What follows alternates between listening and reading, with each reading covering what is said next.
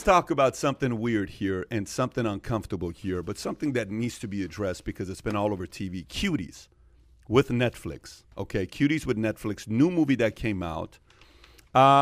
If you've seen this movie, Kai, if you want to put up the poster with Netflix, the two that we have, the original poster is that one on the right. This one. And Netflix. No, this is the original. That's the original one? What does Netflix make it? This?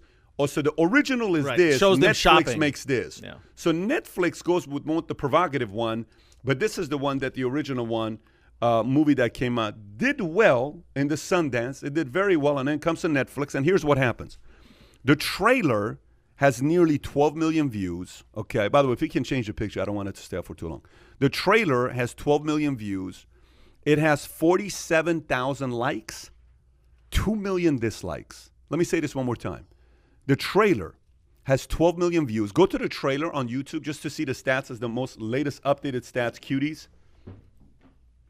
So the trailer has, you were right, yeah, Cuties.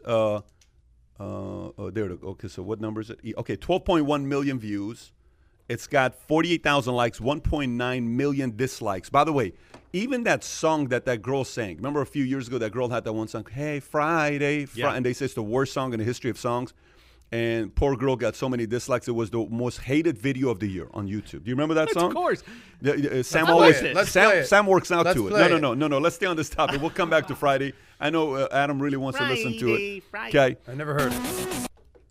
Yeah, it's where's it at? 1.2 million to 3.8 million. It's a bad song. Most hated video of the year. The ratio is a lot better. She was likable, though. I liked Rebecca. Only this girl can make people hate Friday. Friday, the most liked Go back day of to the the week. video. Go back to the video.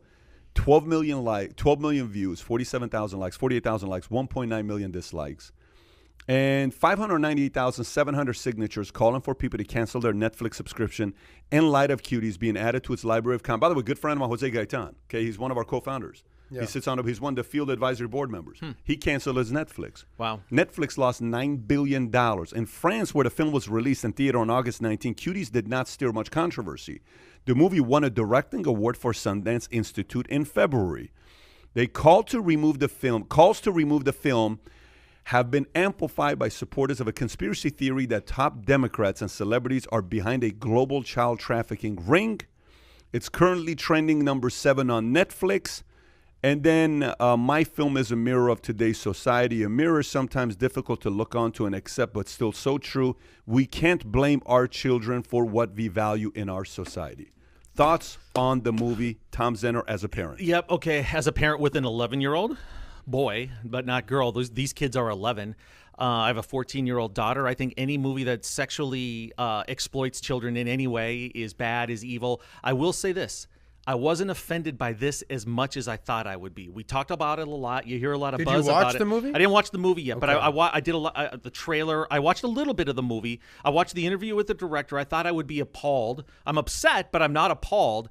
I think the thing that really bothers me is I don't see that. I mean, I live in LA. I don't see 11-year-old girls. My son is 11 years old. I'm around these kids. I don't see them at that age doing that. I think the director had a unique upbringing in Senegal or wherever she was born and raised. A very, very, Muslim background. Her mother did not look like she was, supporting her in any way. So this is highly personal, telling her story. I think a lot of those, this is organized, I think, against Netflix right now. Now, I'm a prude, and I'm Christian. I would be the one person that would be really sickened by this, and I'm not happy about it. I'm not as offended as I thought I would be, but I just think the age of 11 to even paint that picture that these kids are sexual at that age is disgusting. Well, let me ask you this question. You just brought up a good point. Kai, can you pull up to see what is it? Is it a PG-13 movie? Is it a movie that Tico could watch? Because we have filters on Netflix where my kids can go watch movies that they want.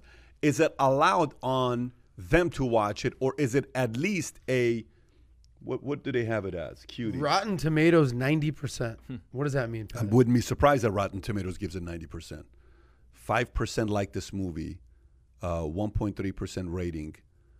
Just see what it's. Is it a TV mature audience? It is a mature audience. Okay, go up. What does a mature audience mean, by the way?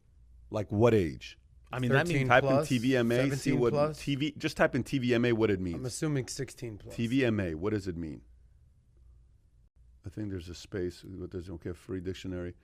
The TV TV program 17. is intended to be viewed. Okay, okay, 17. fine. So they have it for mature under 70. So it's a movie for adults. They want parents to see it, not necessarily kids to see it. That's actually very good to know that that's out there. Adam, what are your thoughts about it? Obviously I don't have kids, but all my friends do. I have a different opinion. Obviously, it's disgusting. I mean, this sexualizing 11-year-olds is not anything that anyone would support. It's not mainstream. But I did a little research on this. It served its purpose. What do I mean by that? This is a shock jock like Alex Jones saying, I believe something crazy and I'm just going to run with it and I'm going to serve it. She did this for a reason. I'm just going to read a few things. This movie is supposed to make people feel uncomfortable. It shines the light on this issue. She says you have to watch the movie to judge it. So my film is a mirror of today's society, a mirror sometimes difficult to look into and accept, but still true. We can't blame our children for what we value in our society. So what's my point? She made this to make people feel uncomfortable. She made this to us to speak about. She made this to stir controversy. Yeah. Because if it didn't, now there's the problem.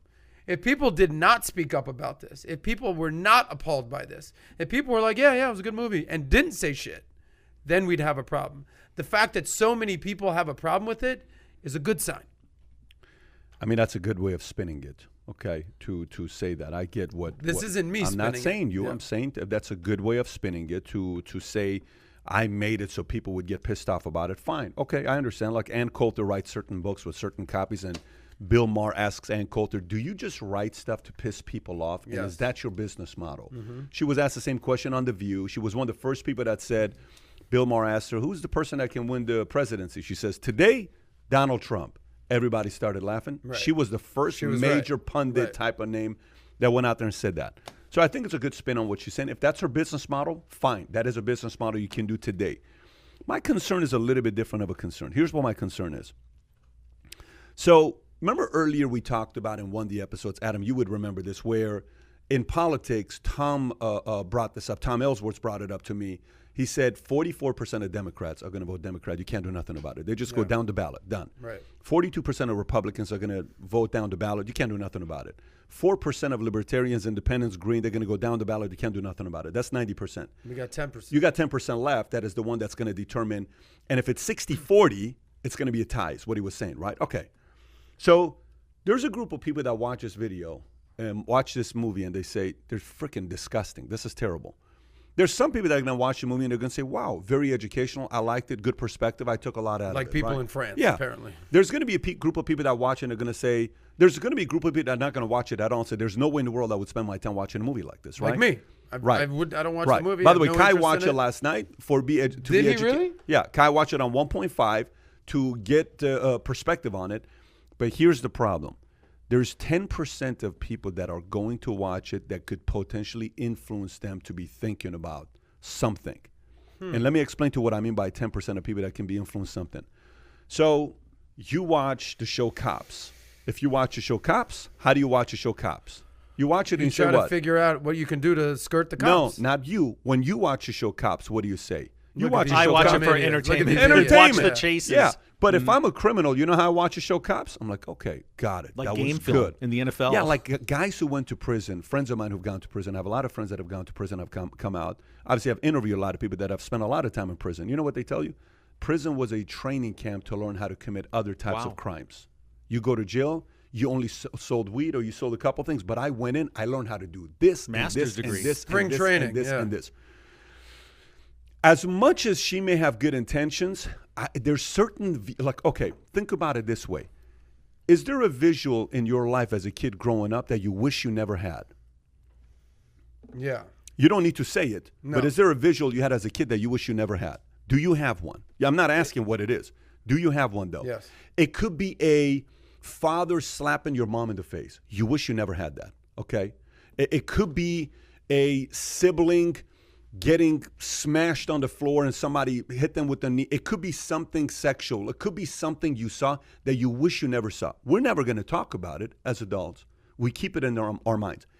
that visual messed with you the rest of your life, and you're 41 years old. You wish you never had that. I'm not 41. You're 40 years old. You're 39, about to be 40, right? 39, about to be 40. Sure. There are certain visuals we're better off not having. This is one of them.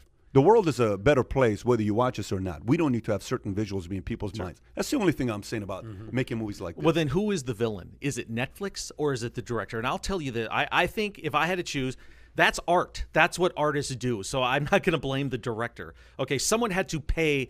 You're blaming the distributor. Well, I mean, if there's blame to go out, and I think the rage right now is kind of focused on Netflix, and I think if you look at the poster, I mean, they sexed those kids up to a ridiculous degree that, again, I have kids that age. I don't see that. If that was a 14-year-old, it would make more sense, but not at the age of 11.